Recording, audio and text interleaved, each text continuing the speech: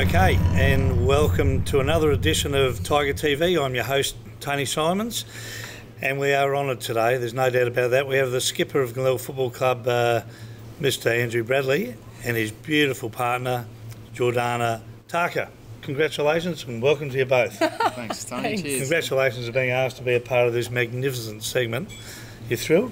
Yeah, I've been following it pretty closely the last few weeks, and it's really taken off, so it's great to be here. Now, Brad, tell us a little bit about yourself. I know for a fact that you were recruited from the southeast, going back many, many years ago when I played my first game in 1981.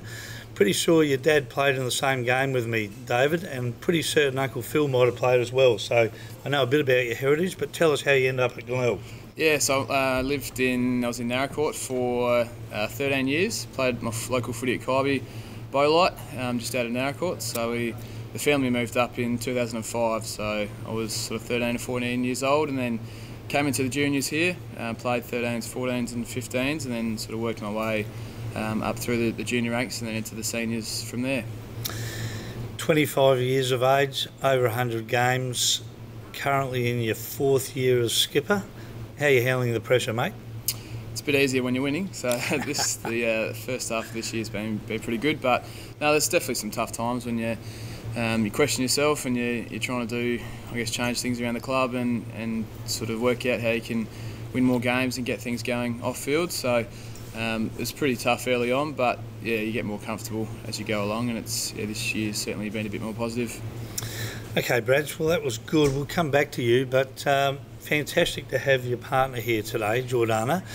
We don't know a lot about Jordana, but we're going to delve into not her private life now, but let's try and get to know Jordana a bit. Tell us about yourself, Jordana. Were you born in Adelaide or from the southeast? Yeah, I was born in Adelaide, just locally, nothing too crazy, nothing too special, but yeah, went to school here, studied at university here, and now just working at the moment. And what are you doing with yourself? I'm an occupational therapist. I work in paediatrics, work with little kids, and I'm also just working down at the local F45 Glenelg down here, the gym, so doing a few sessions a week there. Brilliant. Now, any sporting background? You look sporty. I've played netball my whole life, done a bit of athletics as well. There's been a bit of chat at home about trialling for the women's footy team, which Andrew's not too stoked about. But his parents actually bought me a size 4 footy for my birthday, so a little hint there, I think, to maybe give it a bit of a go. Yeah, you can't be serious.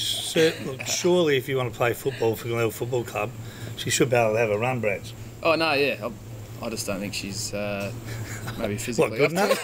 You don't think she's good enough, fit enough, or both of the above? I don't think she'd be fit enough. She's not a real contact sort of girl, so I think she might take. We won't be asking you too many questions about that one.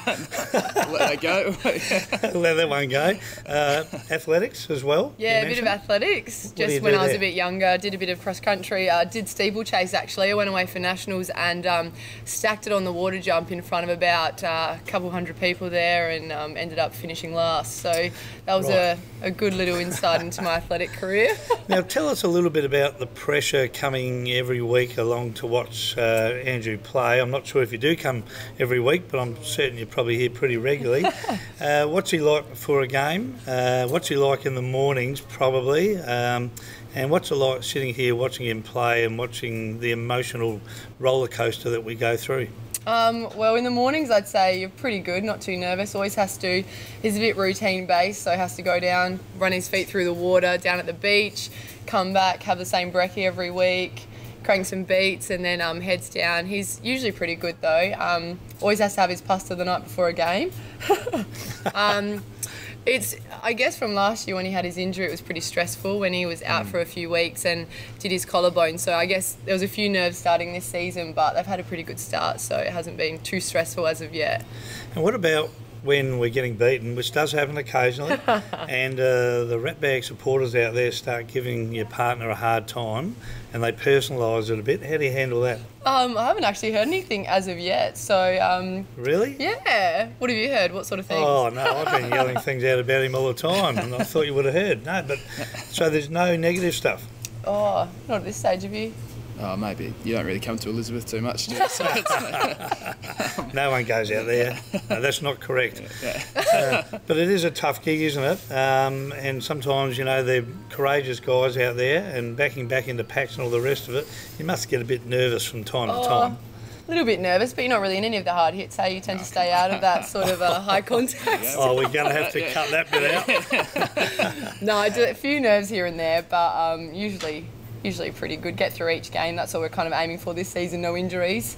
But yeah. Well, I think we're all hoping for that. Obviously, depth is critical to success. We all know that, and if we can get through, particularly the first half of the season unscathed, it's good for all of us, Brad. Definitely. Now, the start of the year, we won our first 2 home games, which is important. Narrowly beaten the third game and got up again at home. What a great start to the year. Can't ask for much more, really. Yeah, it would have been nice to win that South one, but if you said we'd be 3-1 going into the first bye, we'd be pretty happy. So, we've played pretty well at home so far and showed some good signs. And the coach is probably trying to play things down, I imagine? Yeah, he's been pretty level-headed so far, Matt, which has been good. So it's still pretty early on, so we've just focused on obviously some positives, and there's definitely been things in each review that we can work on going into the following week. So he's been pretty good. Now, I'm not certain whether they give the skipper any media training, but you certainly seem to have it because you're just trotting out all the normal one-liners we expect to get from everyone, Braz. But how are you really feeling about this year? There must be a little bit of excitement around the place, surely. Fantastic, Simon. Yeah, it's I've been here for 8 years now and haven't played a finals game, so to be able to play the sort of footy we have, and obviously, like I said, pretty early stages, but to play that sort of footy that you feel can hold up in a finals type scenario would be fantastic. So it's pretty positive at the moment, but like you touched on before, depth's a massive thing, and you never know what's around the corner with injuries and that sort of thing. So if we can keep our best squad on the park and keep playing the way we are, then it's going to be pretty positive, I think. Now, we don't like to individualise too much, obviously, being a team game, but the lad who takes my eye a fair bit, and he's been around for a year or two, is Carl Nicholson, who I think might have kicked the winning goal last week. Yeah. But what can you tell us about him? He looks like don't want to get ahead of ourselves once again, but he looks like he has a bit of class to me. Yeah, great skills. He doesn't miss too many in front of goal, which is handy to have. Comes off a wing and uses it pretty well most times. He's one of those ones that his players sort of are getting up around 50 games now, so we've got a few of those blokes that are sort of developing. So he's been able to progress each year, and he's showing plenty of signs early on that he's going to be a pretty good player for the footy club. Now, you'd know more about this than I do, but it seems to me, and some of the guys on the hill watching, that our Indigenous guys tend to look for each other a bit, and they tend to get each other a bit excited, and almost like they're trying to outdo each other. And the pace and the skills that they're showing at the moment are a major part of what we're doing. Yeah, they're pretty classy, aren't they? They manage to kick goals from anywhere, and we haven't really had that in the past too much. So back probably 5 years ago, we'd have to grind away for each goal, and having these Indigenous boys that can kick snaps from the pocket and take hangers and that sort of thing makes it a lot easier. Basically, break all the team rules and have a shot from anywhere you want. Yeah, you sort of let them go a little bit and let them, because they can do things that no one else can't. So it's good to have that bit of X factor in your team, and when they're working both ways as well. So they're doing a lot of defensive stuff up forward, and then and certainly kicking their goals and doing some special stuff in attack. So they're pretty handy to have. They certainly are.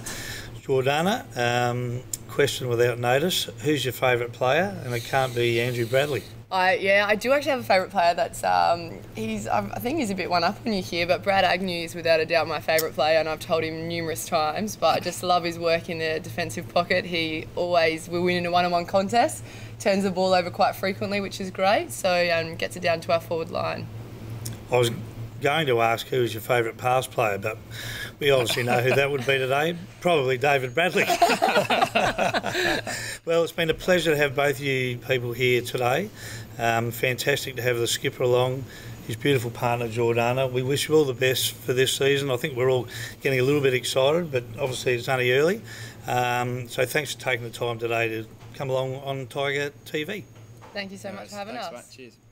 Cheers.